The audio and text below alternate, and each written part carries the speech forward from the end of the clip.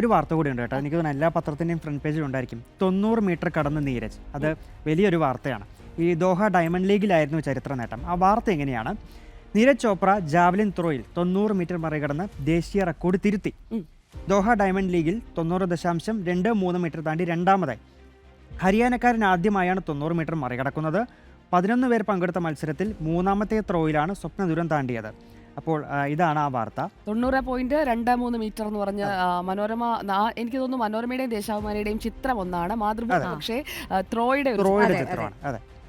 അപ്പോൾ ഇതൊക്കെയാണ് ദേശാഭിമാനി. ഈ മാതൃഭൂമിയിൽ മറ്റൊരു വാർത്ത കൂടി ഉണ്ട് കേട്ടോ. ഈ ആപ്പിള് ഇഷ്ടമുള്ളവർക്ക് ചെറിയ ഒരു നിരാശപ്പെടേണ്ട സാഹചര്യമുണ്ട്. അത് തുർക്കിയിൽ നിന്നുള്ള ആപ്പിൾ ഇനി ഇന്ത്യയിൽ വരും. തുർക്കി ആപ്പിൾ വേണ്ട, കശ്മീരി ആപ്പിൾ ഞാൻ കഴിച്ചോളാം. അത് ശരിയാ, കശ്മീരി ആപ്പിൾ എന്ന് പറഞ്ഞാൽ അതെ, നമുക്കിപ്പോ തുർക്കി ആപ്പിളും അസർബൈജാൻ ആപ്പിളും വേണ്ട. കുറച്ചുള്ള ആരോഗ്യ പദ്ധതി ഡോക്ടറോട് പറയാം. അതെ.